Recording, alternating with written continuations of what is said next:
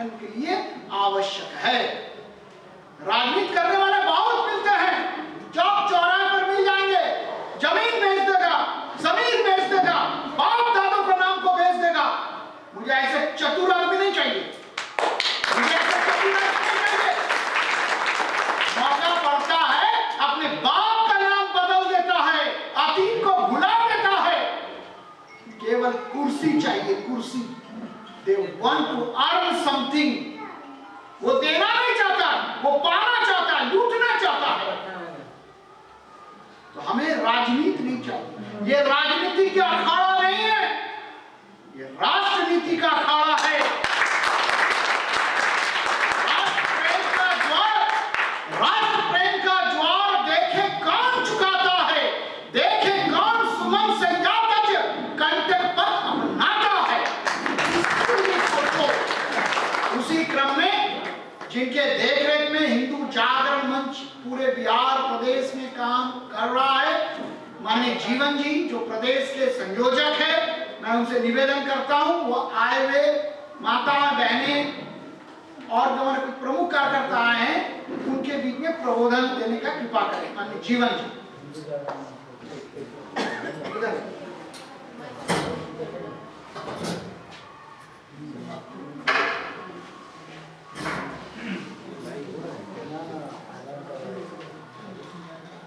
सबसे पहले मैं संगीता बहन जी को बहुत बहुत धन्यवाद देता हूँ कि आपने इस तरह का कार्यक्रम खगौल में पटना जिला में आयोजित किया।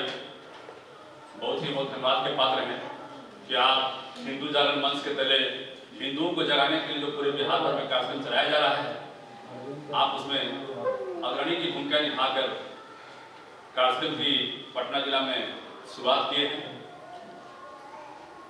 मैं मंच पर उपस्थित माला बहन जी, रेणु बहन जी और आशुतोष जी और एक उनका नाम क्या है, एक और बहन जी उनका नाम क्या है, रानी, हाँ और रानी बहन जी, ये सभी लोग को मैं सुन रहा था और मैं इनके विचारों से अवगत हो रहा था। मुझे बहुत अच्छा लगा कि सबके मन में एक जोश है और हमारे समाज के, हमारे संस्कृति के प्रति वो जोश कायम होना चाहिए, कायम रहना चाहिए। आदरणीय बड़े भाई सुमन जी से जब मैं पहली बार मिला तो बड़ा प्रभावित हुआ। वास्तविक में सुमन जी इंडोनेशिया से 37-38 वर्षों पहले इंडिया में, भारत में, ये मूल रूप से क्रिश्चियन थे। रॉबर्ट सुलेमान इनका नाम था। टोटल बाहरी आदमी को यहाँ पर वोटर आइडेंटिटी कार्ड बना के उनको किसी तरह यहाँ पर वो सारा कार्यक्रम शुरू कर दी। आज एनआरसी क्यों ला गया, आज सीए क्यों ला गया? सीए से इंडियन लोगों को दिक्कत है क्या, भारतीय लोगों को दिक्कत है क्या? आज एनआरसी से भारतीय लोगों को दिक्कत है क्या? कोई भारतीय को दिक्कत नहीं है, चाहे वो मुसलमान है, चाहे कोई भी कास्ट का हो, कोई भी धर्म का हो। दिक्कत इस बात से है कि नॉर्थ ईस्ट में एक विधानसभा में 50-50 हजार लोग वोटर आ गए, वो बाहरी लोग आ गए जो हिंदुस्तान के थे ही नहीं। अरे भाई, जब हमारा ही रिसोर्सेस कम है और जब हमारा ही पूर्ति सरकार नहीं कर रही है, हम ही सरकार पर आरोप लगा रहे हैं कि आपने ये नहीं दिया हमको, आपने वो नहीं दिया, आपने ये फैसिलिटी नहीं दिया, तो सरकार अपने सीमित संसाधनों से हमको जितना सक्षम हो रहा है वो दे रही है। और जब ये बाहरी लोग हमारे यहाँ भर जाएंगे तो हमारे लिए आगे चल के मुश्किलें पैदा करेंगे। तो उनको रोकने के लिए एनआरसी और सीए लाया गया, तो शाहीन बाग खड़ा कर दिए लोग पूरे देश में। तो ये शाहीन बाग इनको मालूम है कि शाहीन बाग क्यों खड़ा कर रहे हैं, अपने लिए नहीं खड़ा कर रहे हैं, भविष्य के वोटिंग राइट्स के लिए खड़ा कर रहे हैं। ये क्या मंशा है भाई? भविष्य का वोटिंग राइट बाहर है, उनको लगा है कि रोहिंग्या मुसलमान यहाँ 5 लाख आ जाएंगे, 5 करोड़ आ जाएंगे तो हमारे लिए फायदा है। आप अपना नहीं सोच रहे हैं कि आपके बच्चे, आप जाइएगा सरकारी अस्पताल में तो 8 बच्चे मिलेंगे, 2 बच्चे हिंदू के मिलेंगे डिलीवरी में। आप देख लीजिए, विश्वास नहीं है तो 7 मिलेंगे, आपका 2 या 3 का संख्या आपका होगा और बाकी लोगों का बाकी संख्या होगा। बेड फुल है उन लोगों से। और खगौल में भी हॉस्पिटल है ना आसपास में, आप पता कर लीजिए। 7 की संख्या 8 की संख्या उनकी है, आपकी संख्या 2 है।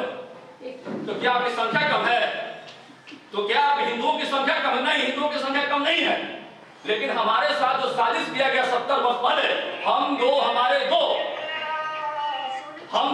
ये साजिश हटा लीजिए। ये साजिश का शिकार हैं हम।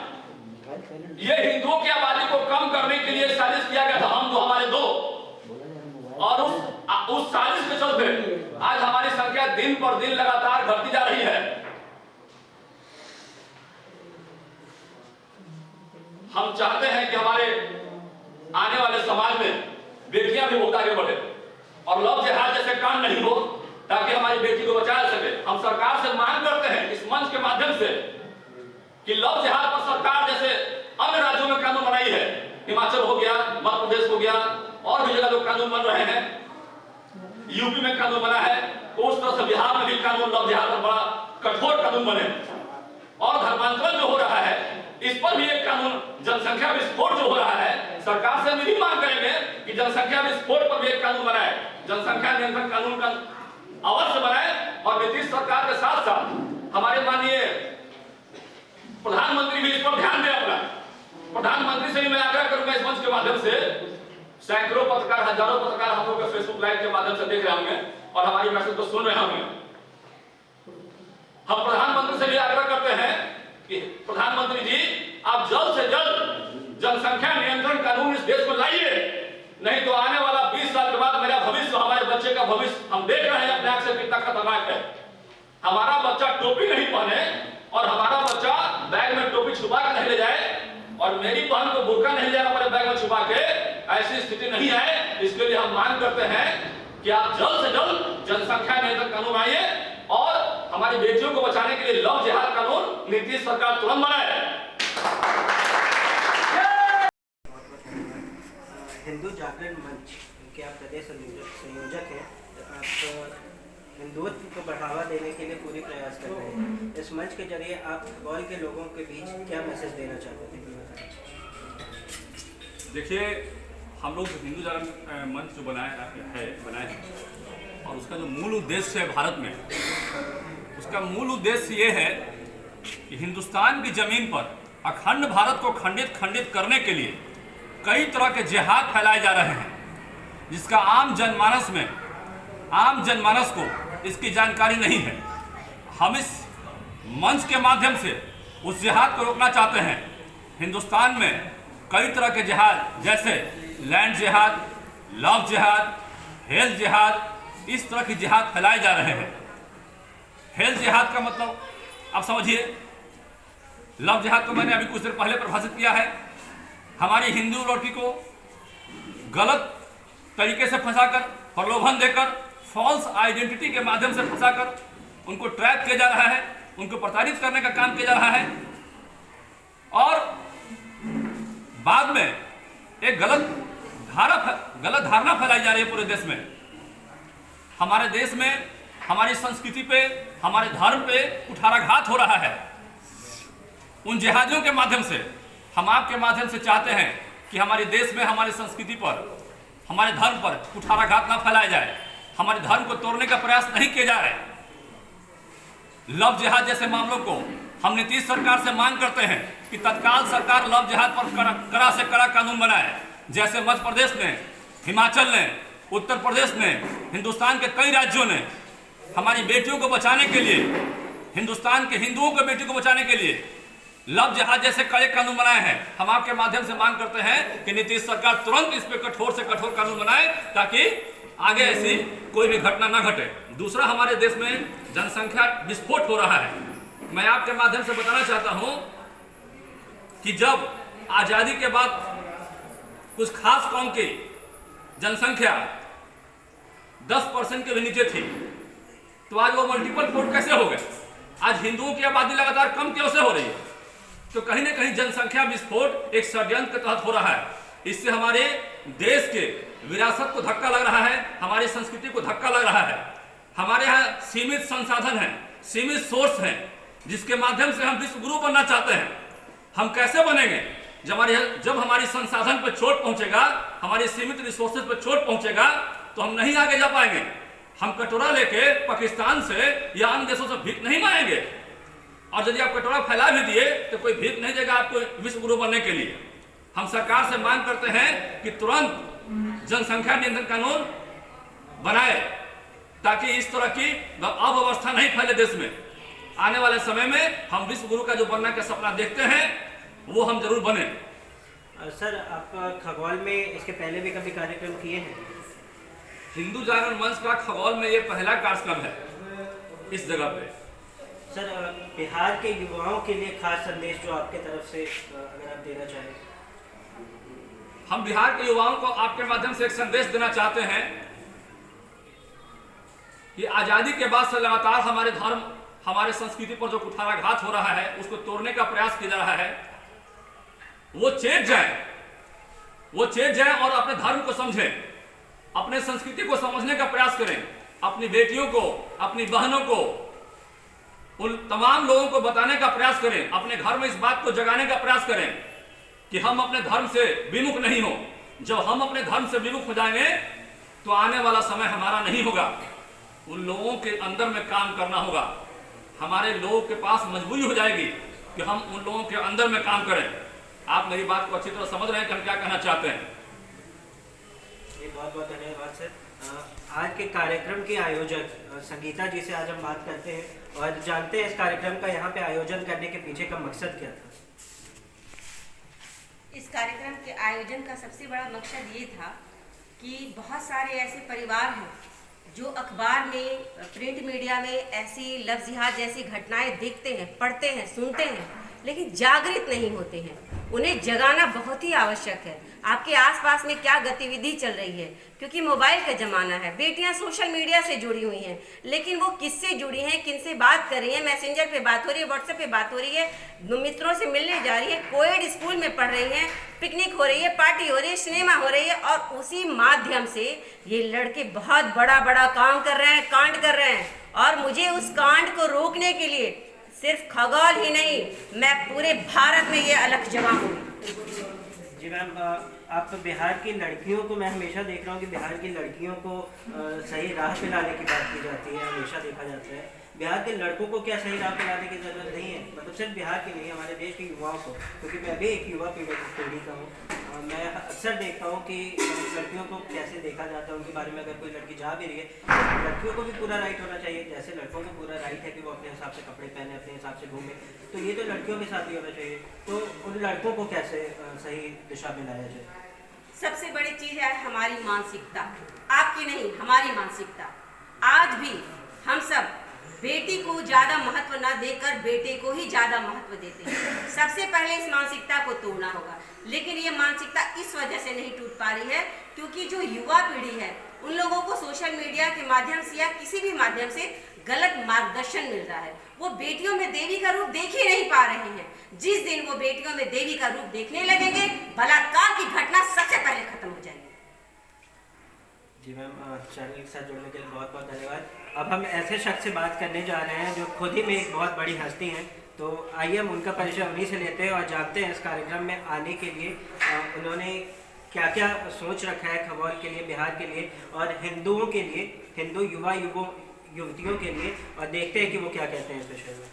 सर, अपना परिचय। मेरा नाम डॉक्टर सुमन कुमार है। मैं राष्ट्रीय स्वयंसेवक संघ का प्रचारक हूँ और हिंदू जागरण मंच का क्षेत्र संगठन मंत्री हूँ।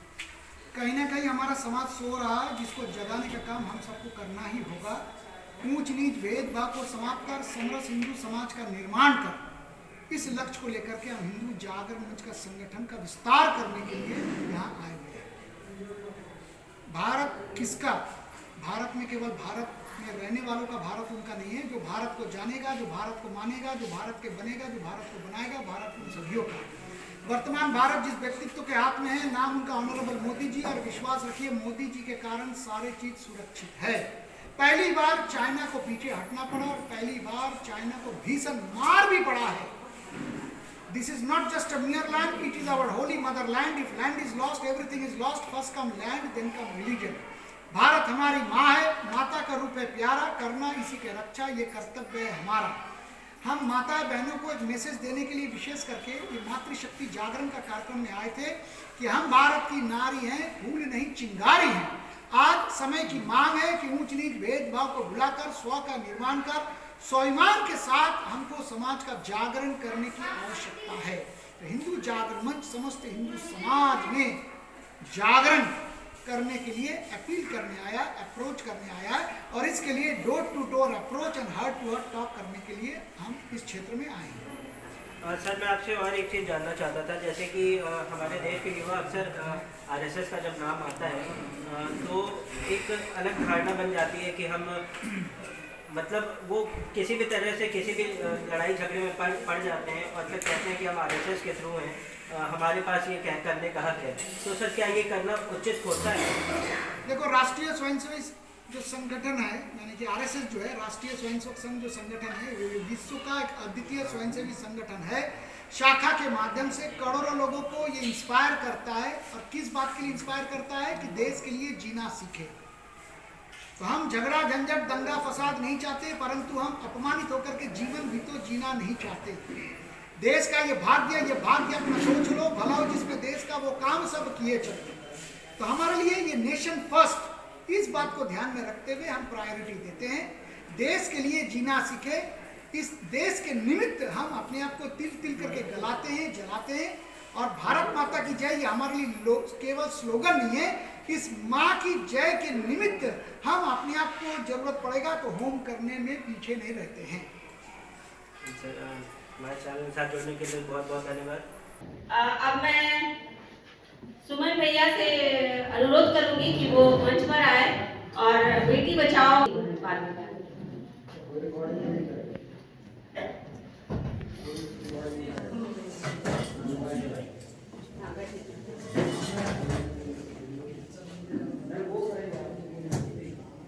इससे पहले कि मैं आपको अपनी विचार और मेरी जो मन की वेदना है वो आपके सामने रखूं, मेरा आप सबसे निवेदन है कि एकदम पिन ड्रॉप साइलेंस मेंटेन रखिए। मैंने अपने लाइफ में सदैव डिसिप्लिन को प्राथमिकता दिया है। भारत हमारी माँ है, भारत हमारी माँ है, माता का रूप है प्यारा, करना इसी के रक्षा यही कर्तव्य है हमारा।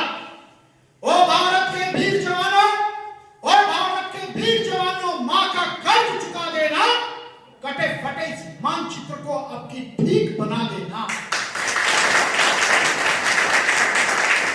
कटे फटे इस मानचित्र को अब की ठीक बना देना।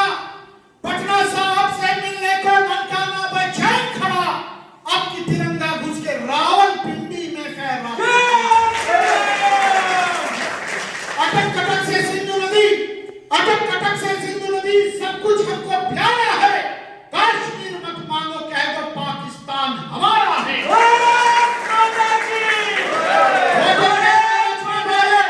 वोटों के लालच में बोलो, कब तक लहू बहाओगे और कब तक अहिंसा के शैलियों में इन गांधी बाबाओं को समझाओगे। आज का जो कार्यक्रम है वो मातृशक्ति जागरण के निमित्त कार्यक्रम है। और मैंने पहले ही कहा, संगीता दीदी ने एक छोटा सा प्रयास और प्रयत्न किया है। आगे ऐसा कार्यक्रम चलता रहे, इसका बंदोबस्त हम सबको करना पड़ेगा। और आगे कुछ ऐसे कार्यक्रम करेंगे जिसमें हम पुरुष को अलाउ ही नहीं करेंगे, केवल मातृशक्ति बैठेंगे। प्रारंभिक अवस्था में बहन थोड़ा सा घबरा रही थी, हाउ इट विल हैपन, कैसा होगा। मैंने कहा ईश्वर पर विश्वास रखो, all will be well now. और ये बहुत ही सार्थक प्रयास और प्रयत्न उनके द्वारा और आप सबके द्वारा हो रहा है। एक बार जोरदार ताली बजा कर हमें इनका मनोबल को सबको बढ़ाए रखना है। और आप जैसे सहयोगी गण बराबर इनका साथ देता रहे, इसका भी तो बंदोबस्त करना पड़ेगा ना। मातृशक्ति का जागरण का आवश्यकता क्यों, इस पर हम विचार करने आए हैं। और केवल विचार नहीं, आगे इस पर हमको काम करने की आवश्यकता है। संगठन का नाम है हिंदू जागरण मंच। कहीं न कहीं हिंदू समाज सो रहा है, जिसको जगाने का काम हम सबको करना ही पड़ेगा। और इसी कार्य के लिए हमारा और आपका जन्म बड़े भाग्य से जम्बो द्वीपे आर्यवर्त में हुआ है? कहीं दूसरे कंट्री में होते तो ये सौभाग्य हमको नहीं मिलता। हम तड़पते रहते। हम सब कौन हैं? हम सब हिंद के वासी हैं, हिंदुस्तानी हैं, सनातनी हैं। और सनातनी कौन, इस बात को हमको समझना पड़ेगा। हम कायर के अनुयायी नहीं हैं, हम कमजोर नहीं हैं, हम डरपोक नहीं हैं, हम हिंदू हैं। और it is the only Hindus who accepted और रिजेक्टेड नन। एक सच्चे सनातनी सभी लोगों को आत्मसात सदैव करता है। एक सच्चे सनातनी कभी किसी दूसरे धर्मावलंबियों के बारे में टीका टिप्पणी नहीं करता है। We never try to hurt other sentiments. हम कभी दूसरे धर्मावलंबियों के बारे में टीका टिप्पणी नहीं करते, नहीं करना चाहते, कभी ड्रीम में भी ऐसा नहीं सोचते। लेकिन दुर्भाग्य देखिए, मार्क्स, मैकॉले, मरियम पुत्र के औलाद लगातार हमारे ऊपर प्रहार कर रहा है। मार्क्स, मैकॉले, मरियम पुत्र और मदरसा से प्रेरित लोग हमारे देवालय के ऊपर प्रहार करता है, हमारे ग्रंथालय को चौक चौराहे पर फाड़ देता है, हमारे सीता माता जी के बारे में अनर्गल शब्द बोलता है, हनुमान जी के बारे में टीका टिप्पणी करता है, मर्यादा पुरुषोत्तम रामचंद्र जी के बारे में खिल्ली उड़ाता है। हमारे वेद, हमारे पुराण, हमारे ग्रंथ, हमारा मान, हमारा सम्मान, हमारी इज्जत, हमारा आबरू के ऊपर छीटाकसी करता है। और हम क्या करते हैं? हर हिंदू क्या सोचता है? मैं अकेला मैं क्या करता? मैं अकेला मैं क्या करता? शर्म करो। एंड व्हाट अबाउट दोज, मैंने अभी जिनके बारे में बताया, मार्क्स, मैकॉले, मरियम पुत्र और मदरसा से प्रेरित लोग क्या कर रहा है? जिहाद को अंजाम दे रहा है। और जिहाद माने Holi against unholy war, Holi against unholy war. और वो क्या कहता है? This is the only way. वो बोलता है, वो प्रोक्लेम करता है, this is the only way. और उसके लिए वो 3 शब्द बोलता है, आली, गाली या चाली। या तो तुम स्वतः हमसे मिल जाओ, नहीं तो हम तुम्हें जबरन मिला लेंगे, और नहीं तो हम तुम्हें स्लिट कर देंगे, स्लेन कर देंगे। ये विचार करो। आप कैसा हिंदू है मुझे नहीं मालूम, लेकिन विचार करो, ये मैं अपनी दर्द को आपके सामने रख रहा हूं। तुम हिंदू तो हो, लेकिन तुम कायर का परिचायक बन चुके हो। हमें कायर नहीं चाहिए, हमें कमजोर नहीं चाहिए, हमें डरपोक नहीं चाहिए, हमें रंछोड़ नहीं चाहिए। हमें दमदार, असरदार, जीदार और समझदार हिंदू चाहिए। भारत किसका? भारत में रहने वालों का। भारत उनका नहीं है। जो भारत को जानेगा, जो भारत को मानेगा, जो भारत के बनेगा, जो भारत को बनाएगा, भारत केवल उन्हीं सभी। सभा में उपस्थित मंचासीन हमारे सभी वरिष्ठ पदाधिकारी, हमारी सहयोगी माला सिन्हा, आशुतोष भैया, जीवन भैया, यशवंत भैया, हमारे गण भैया और हमारी दीदी के दूर से आई हुई रीना दीदी, और सभा में उपस्थित तमाम वो लोग जो आज आए और बेटी बचाओ के संदर्भ में जो आप यहाँ से इस चीज को सुनने के बाद जाकर सोइएगा मत। आपको दिन में नहीं, रात में भी जगना है, और सिर्फ अपने बारे में नहीं सोचना है, समाज के बारे में सोचना है। आपके आसपास में कैसी गतिविधि हो रही है उस पर भी ध्यान देना है। आपकी बेटी किसको फ्रेंड रिक्वेस्ट भेज रही है, किसका एक्सेप्ट कर रही है, इस पर भी आपको ध्यान रखना है, क्योंकि सबसे पहला माध्यम यही होता है। आप सब लोगों ने मेरे भैया की बात सुनी, हम बहनों की बात सुनी, और इतना महत्वपूर्ण समय आकर दिया। इसके लिए हम आपके सदैव जीवन भर आभारी रहेंगे कि हमारे इस मुहिम में आप हमारे साथ खड़े हुए और हमारे सभा में उपस्थित हुए। इसके लिए हृदय से आभार, हृदय से अभिनंदन करती हूँ। बहुत बहुत धन्यवाद आपका। भोजन की व्यवस्था है और मैं आप सभी अतिथियों से चाहूंगी कि सभी लोग भोजन करके तभी घर जाएं।